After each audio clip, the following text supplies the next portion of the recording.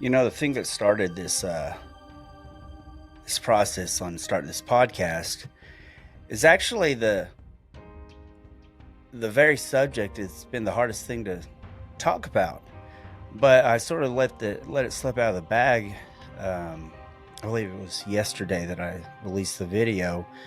I didn't really talk a lot about it, but I talked a little bit about it. But a friend of mine and a couple of people actually mentioned it to me personally, said that they'd like to know a little bit more about it.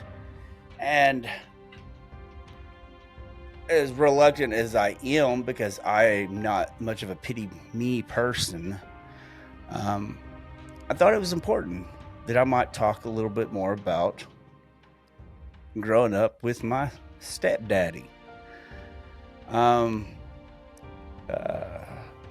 Being a survivalist, more than a survivor, because, it taught me so much that I think it can teach everybody, not just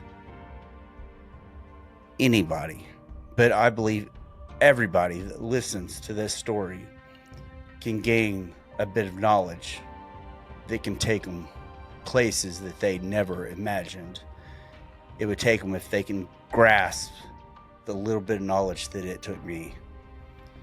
That keeps me from losing my shit in some of the most darkest places that I've been. So I'll just get right to it. Back when I was, when I was born, my mother had a relationship with my stepdad before I was even born. She was cheating on him with when she was with my father. Before she was with my father, she is with him. He moved everywhere we did, but after my father left, she moved in with my stepfather, and we moved into a abandoned farmhouse. And I was about 5.5 years old at this recollection. And yes, I can remember that age. I can remember younger. I can remember all the way to my earliest memories are at about 1.5 years, 2 years old. They say that's impossible, but I do remember the memories of being in a crib. Some people say it's because of my Asperger's. I don't know. I just know that I have the memories. Regardless, so it was about early summertime, and my father thought it was perfect weather to have hunting games, and so he decided to buy me my first rifle. And he bought me a rifle. I was excited, I thought. I didn't realize that what we were going to be hunting was each other. But he got the gun first. He gave me a slingshot first. I was not very good at the slingshot. I could barely pull it back because I was a very small, sickly child. In fact, I lived around my family for a long time when I was young. No, I say a long time. Off and on when I was young, I did live around family, and they said that I looked like a cancer patient. So I was always sickly, not very strong, and I could barely pull it back. But I remember we lived in this abandoned farmhouse, and it was in the middle of nowhere. I can remember our closest neighbors were miles away. We had a well. It was in the back. We had a barn that was infested by snakes. It had a hayloft in it. I remember climbing up the hayloft. I remember that I was 5.5 years old because my brother, I had a baby brother that was about 2.5 years old. He had fallen off the hayloft and broke his collarbone when he was about 2.5 years old. And I am 4 years older than him. Sorry, I'm 3 years older than him. Something like that. Anyway, yeah. Yeah. So he, this place is infested by snakes. Anyway, and there's this silo that's right next to the hayloft that is, I mean, I remember walking in there and this snake came right down to my head and just looked right at me. So I had no fear of snakes because they were all over the place. And I realized snakes didn't bother you. As long as you didn't bother them, they left you alone. And so I just left the snakes alone. But I remember when we were hunting each other, it was just me and him. I don't know where my sister was. I don't know where my brother was. I don't know where my mother was. But it was just me and my stepfather. And I called him Dad. I didn't know my real father. At this point, I'd never met my real father. And he would have me just hide in various places. And he didn't tell me where to hide. So I would just do like any normal kid and just hide for a little bit and then run and hide. And he would invariably catch me pretty quickly. So I was up in the hayloft and I remember going up and looking out of the hayloft to see if I could see him. And he hits me with the slingshot and it hits me in the ankle. And so I reach up and I shoot him with my rifle. I couldn't tell you if the rifle was a 22 or if it was a pellet gun. Either way, it hurt. And I ended up shooting him because I remember him, jumping back and it hitting him. I mean, it was a long time ago. You're talking about this was 1985. So fast forward a little bit. It was the same day.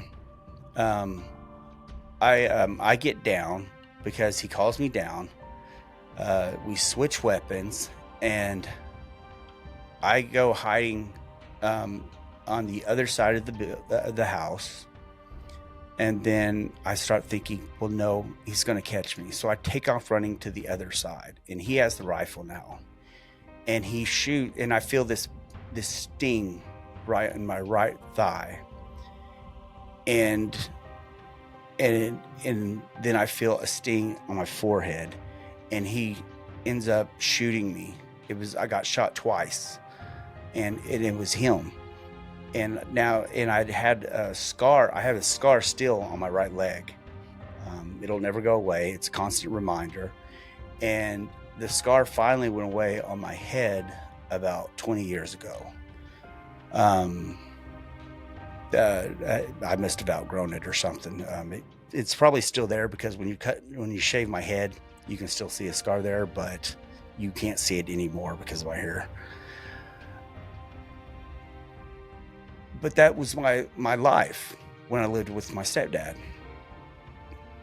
I was not treated like a child. I was treated like I was a little adult. I remember when they needed me to go down into the well, and I said this in the story from yesterday, but we had soured water, and they needed to get me to go down the well because I was the smallest one. I'm sure that he could have gone down because wells are built where a grown man can go down. But instead he sends me. I mean, obviously he wasn't right in the head, but you got to understand, he was a Christian. He played guitar. He played in the band in the church. In fact, he's a prison minister right now. I mean, he's in prison, but he's the church band. He sings in the church band, and he's always been in church. I've never had good relationships with churches. Because church has never shown me that that means anything. A lot of bad people been a part of churches.